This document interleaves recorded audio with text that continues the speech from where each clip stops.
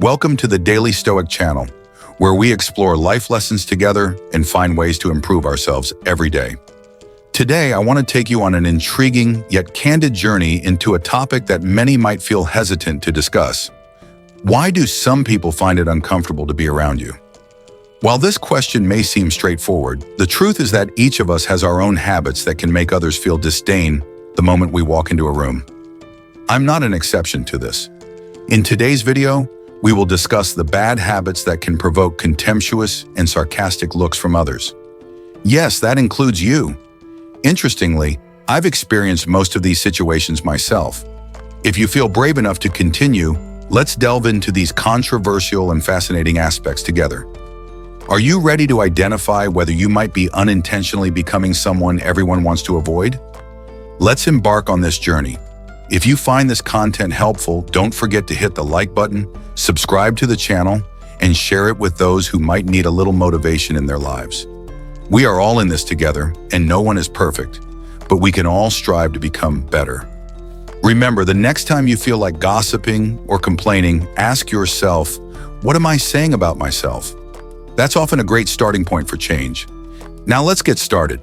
First, gossip. Let's discuss a topic that we are all too familiar with: gossip. Surely you've participated in conversations like this, haven't you? Don't hesitate to admit it. I can see you nodding in agreement, whether it's trivial news from the office or dramatic tales of someone else's relationships. There's a certain thrill in being in the know. But what's the reality? When you become the one spreading that information, how do others perceive you? If they're gossiping about someone else behind their back, is it not likely they'll do the same to you when you're not around? Indeed, gossip fosters a cycle of distrust. I learned this lesson in a rather unpleasant way, and I'd like to share it with you. There was a time when I thought gossip was a way to connect with others, as if sharing the latest tidbits would make me more likable and approachable. But the reality was far different. I started to notice that people tended to avoid deep conversations with me. They kept things superficial, and the main reason was their inability to trust me. I became the one who knew everyone's business, yet I lacked genuine friendships. It was truly heartbreaking, wasn't it? But it doesn't stop there. When you spend your time talking about others, you're avoiding facing your own issues. It's a peculiar distraction that helps you forget the challenges you need to tackle. The more you criticize and judge others, the more you lose sight of what needs to change in your own life. Gossip not only damages relationships, it also has a detrimental effect on your own well-being. It breeds insecurity and negativity. Instead of uplifting others, you inadvertently bring them down, and in the process, you diminish your own value. I realized that if I wanted to cultivate meaningful and sincere connections with others, I had to give up the habit of using gossip as a means of communication. If you find yourself engaging in such conversations and think they're harmless, be cautious. They're not. People are paying attention. They remember, and gradually they will distance themselves from you. Trust me, I've experienced it firsthand. And more importantly, there's far greater power in stopping gossip than in perpetuating it. The next time someone tries to draw you into the latest scandal, try saying, "No, I don't want to be part of this." You'll notice that people will start to respect you more. After all, we all have our own troubles to sort out. So let's stop fixating on others' lives and instead invest that time in taking care of ourselves. Monday, passive-aggressive behavior. Passive-aggressive. This is the art of never expressing your true thoughts while expecting others to guess your intentions. Surely you've encountered people with the cold expression of, "I'm fine," while being filled with chaotic emotions inside. Or when someone asks you to do something, and you casually reply, "Sure, whatever," while secretly planning to sabotage them. We've all had moments like this, and it truly is a battle of twisted emotions. In the past, I thought that being passive-aggressive was a clever tactic to avoid conflict. Why argue when you can drop subtle hints and make others feel guilty for not understanding your mind, right? But the truth is, I was gravely mistaken. I learned this painfully. People are not mind readers, and if they can guess, they are surely ignoring the signs you send. I used to be the queen of passive-aggressive messages. When someone canceled a plan, instead of simply saying, "That's too bad," I would say, "Wow, It's great to be so busy. If a friend did something that upset me, I chose to stay silent, waiting for them to figure out why I was unhappy. But you know what? No one can guess that. I just became a grown woman, creating unnecessary troubles for myself. The issue with passive-aggressive behavior is that it's like an emotional game of dodgeball. You think you're avoiding the problem, but in reality, you're annoying others. The frustration you create without giving them a chance to correct it only leaves you exhausted and drains those around you. The more serious consequence is that people will see you as difficult, manipulative, or simply childish. No one wants to deal with someone who can't express their true thoughts. Passive-aggressive behavior is essentially a fear of vulnerability. We often think we are protecting ourselves from conflict, but the truth is, we are sabotaging our own relationships. Instead of saying, "Hey, that hurt me," or "I'm upset because," we play psychological games and expect others to understand. Here's something to reflect on. It's not their responsibility to guess your feelings. It's your obligation to communicate clearly. I still remember the day I realized this truth.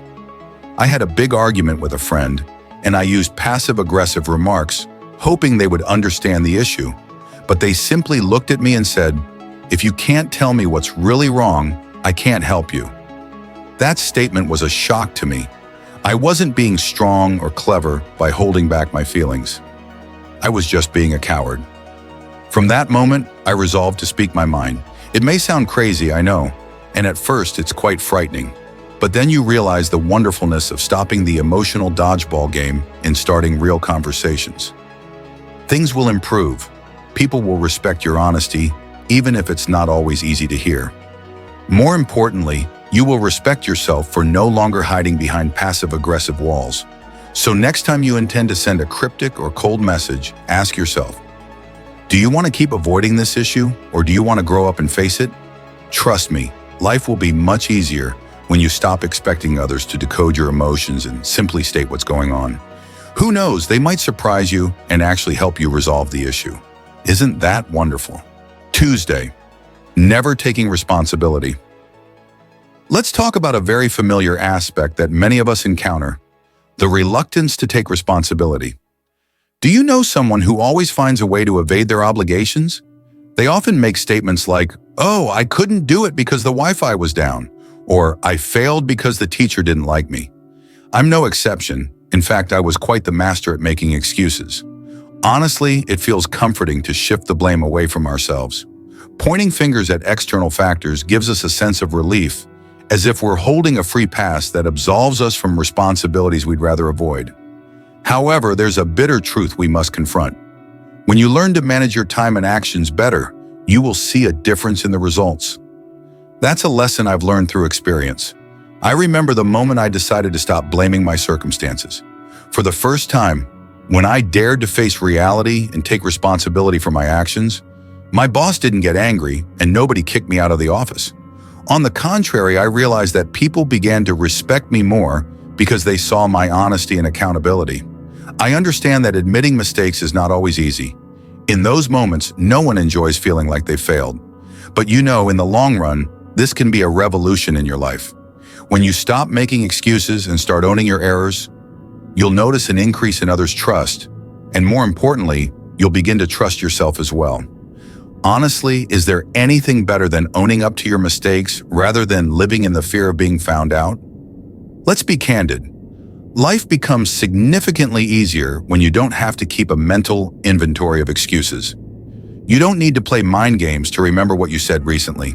Just accept your mistakes, learn from them, and keep moving forward.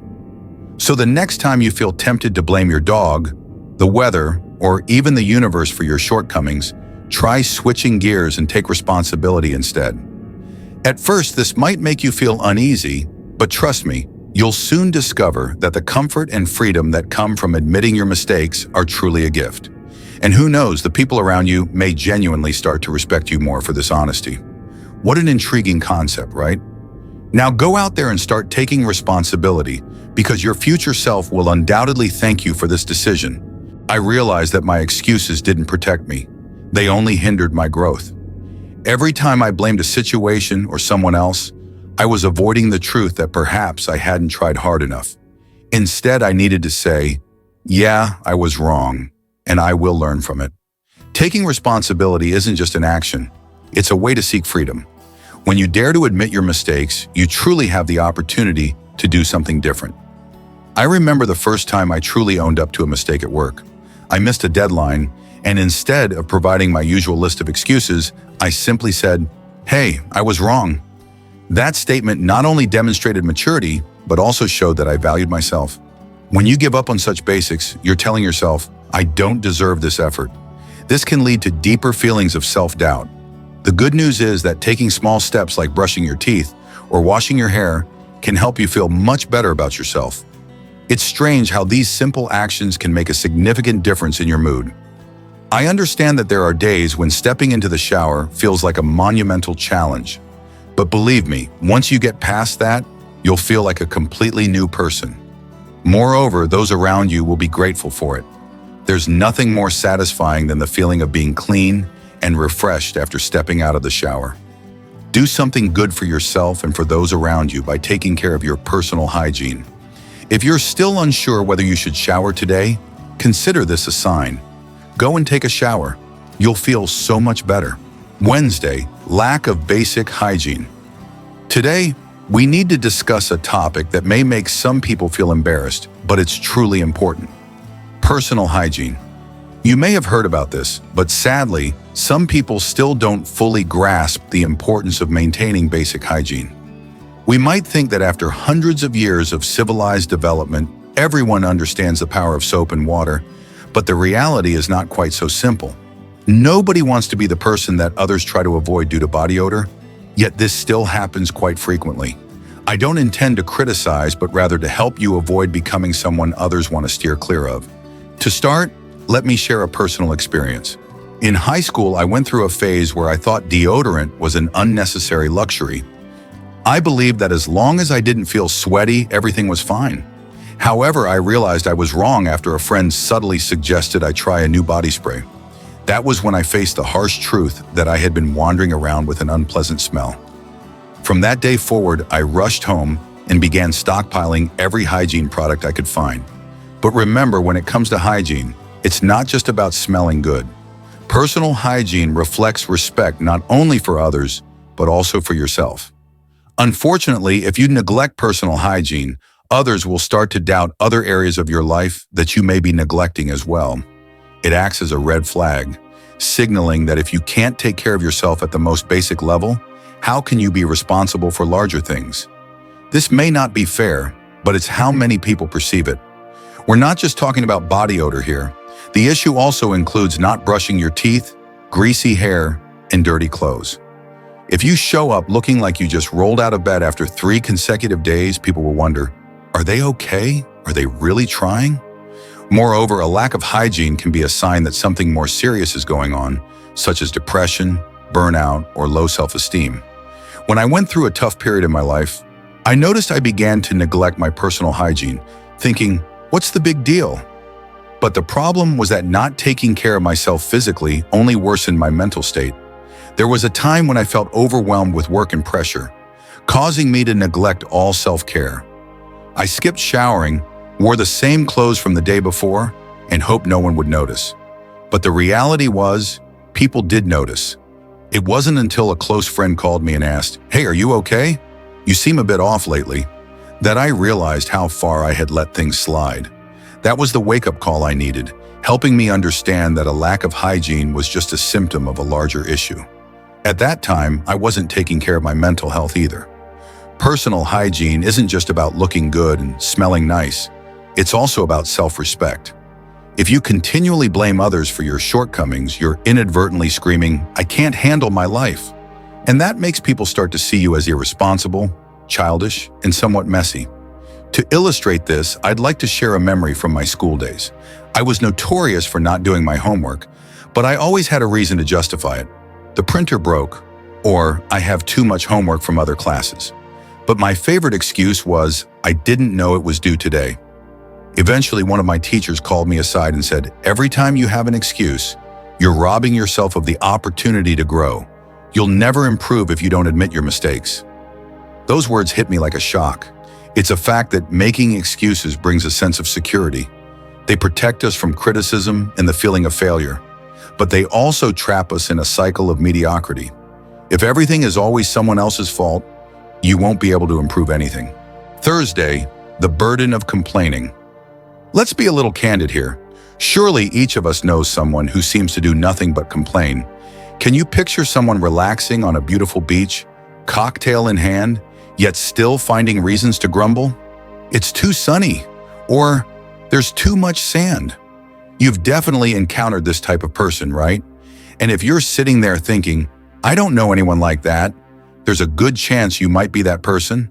Don't worry, we all slip into this negative mindset from time to time, myself included. I went through a phase where, especially under pressure, I would ramble incessantly, not just about significant issues, but also about trivial matters like, why is the office so cold? Or, this coffee is unbearable. At times, I felt as if I couldn't stop.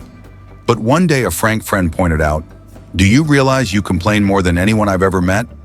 That statement hit me like a shock, making me suddenly aware of my own negativity.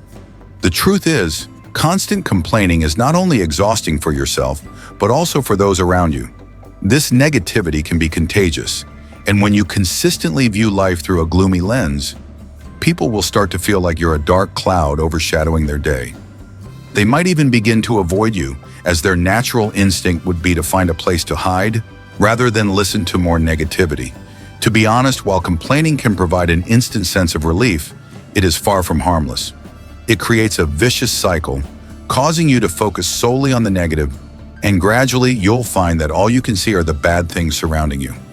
It's as if you're training your brain to overlook all that is good. When you continually bring negativity, others' perceptions begin to shift. They think, if they're always dissatisfied, perhaps they are the problem. The issue here is that complaining isn't just about feeling frustrated over a cold cup of coffee or a chilly office. It's a reflection of feeling overwhelmed, stressed, and lacking control in your life. Complaining can serve as an outlet, but in reality, it doesn't solve anything. Instead, it makes matters worse. When I focused solely on complaining, I wasn't addressing any problems. I was merely broadcasting negative emotions. So I decided to try a new approach. Every time I felt the urge to complain, I would pause and ask myself, what can I do to change this? If I couldn't fix it, I would let it go. If I could, I'd stop complaining and take action. Initially, this was quite challenging, but gradually I noticed a significant change in how people reacted to me and how I felt about myself. Life is always full of surprises. Things don't always go smoothly. But when you only focus on what's wrong, you miss the positive aspects around you. It stifles gratitude, which is the key to liberating ourselves from the cycle of complaining. When you consistently seek out the good, you'll find you have less urge to complain. The wonderful thing is, you'll attract more positivity into your life. People will want to be around you because you bring positive energy rather than dragging them down. So if you find yourself complaining about everything from the weather to the Wi-Fi, it might be time to step back and ask, am I genuinely trying to address this issue? Or am I just stuck in a habit of complaining? Let's be honest, constant complaining benefits no one and only makes those around you uncomfortable. The next time you're about to utter a complaint, try shifting your thoughts and look for something, anything to be grateful for. You'll be amazed at how much your mood improves and those around you will thank you for it. Friday, the habit of being late. Let's explore a common habit that many people often fail to recognize: the frequent tendency to be late. Surely you've encountered someone who is always running behind schedule, right? That's the type of person who says, I'll be there in 5 minutes, only to show up 20 minutes later, or sends a text saying, I'm on my way, while lounging on the couch in pajamas. Yes, we're talking about individuals who seem to exist in a different dimension, utterly unconcerned with time. And let's be honest, I used to be one of them. I was a champion of stylish tardiness. But the truth is, there's nothing chic or trendy about it. It's simply being late, and I used to think it was a form of self-expression, a small rebellion against the mundane concept of time. But the harsh truth is, it's not elegance. It's merely a lack of respect for others. I had the bad habit of being late for everything, from meetings and dates to family dinners. I thought I was somehow immune to the constraints of time until one day, my closest friend bluntly pointed out that fact. She said, "Being late isn't just a matter of time, it's how you show that you don't value my time." That statement hit me like a powerful shock, making me realize that I had been so caught up in my own issues that I hadn't recognized how my tardiness could hurt others. Let's face it, being late is not just a personal habit, it's a warning sign for those around you. It conveys that my time is more important than yours. In any situation, whether it's a job interview, a meal with friends, or a simple meeting, if you're frequently late, people will start to see you as unreliable, disorganized, and sometimes even disrespectful. Moreover, being late often conceals deeper issues. For some, it's a sign of disrespect, but for others, it's a way to avoid commitment or face something. We might be late just to buy time or because we genuinely don't want to be present. Many times we tell ourselves, "Now, if I'm a bit late, maybe people will think I'm busy." But the reality is, this only raises doubts about your honesty and concern. I had to face that painful truth. I wasn't just late because I couldn't manage my time well.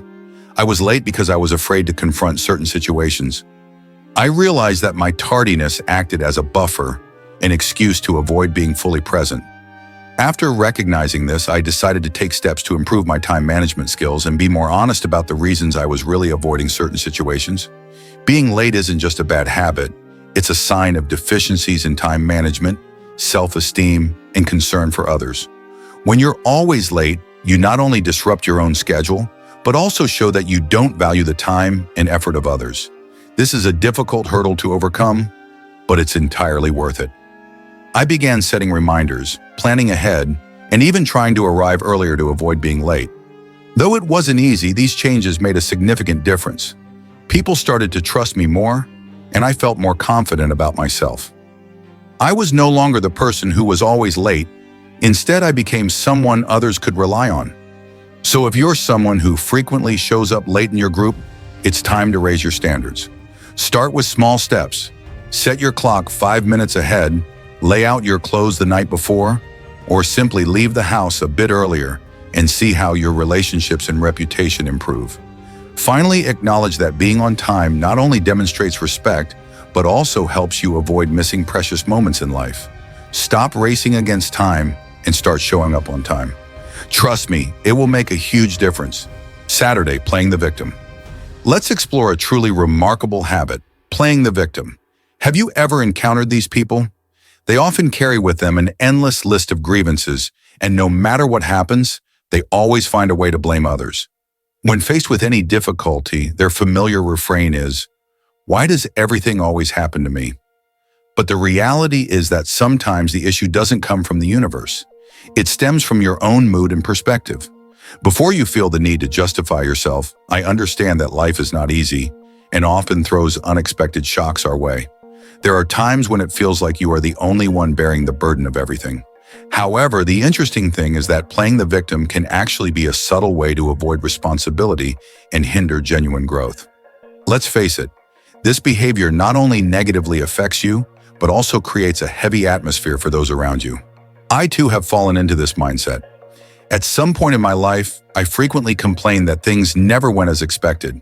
When I missed out on a promotion, I lamented, "My boss must not like me." Or when I faced trouble in love, I wondered, maybe I'm cursed. Yet I didn't realize that I was stuck in a victim mentality until a close friend bluntly pointed out, "You always see yourself as the victim. But have you ever considered how you contributed to these situations?" That question made me think and was truly a wake-up call. Playing the victim can easily become a habit, like wearing a tragic cloak all day long. You start to believe that everything happens to you rather than because of you, and this is truly exhausting for those around you. When you're always looking for someone to blame, you not only miss out on opportunities to find solutions, but also fail to learn from your mistakes. Sometimes identifying as a victim is much easier than facing the hard truths about yourself. It becomes a way to evade responsibility. Instead of looking in the mirror and asking, "What could I have done differently?" It's easier to point fingers and say, "It's not my fault." But let's be honest, this doesn't empower you. On the contrary, it makes you weak. I learned this lesson the hard way. There was a time when I only blamed others for the obstacles in my career. Everything began to change when I started taking responsibility for my actions and decisions. Rather than continuing to see myself as a victim, I began to view myself as an active participant in my own life. That shift was truly liberating. Instead of waiting for things to improve on their own, I started making positive changes, setting goals, and working to achieve them. Playing the victim is like running on a hamster wheel. You can run forever but never truly make progress. When you let go of the victim mentality and start taking responsibility, you will break free from that vicious cycle. This doesn't mean that every challenge in life will vanish, but you will be more prepared to face them. It's a transition from a mindset of helplessness to one of confidence. If you find yourself slipping into a victim mentality, try changing the way you ask questions. Instead of asking, "Why is this happening to me?" ask yourself, "What can I do to improve the situation?" Empower yourself to be the hero of your own story. This proactivity will yield far more rewards than simply being a victim. The next time you feel tempted to play the victim, remember that you have the power to change the game.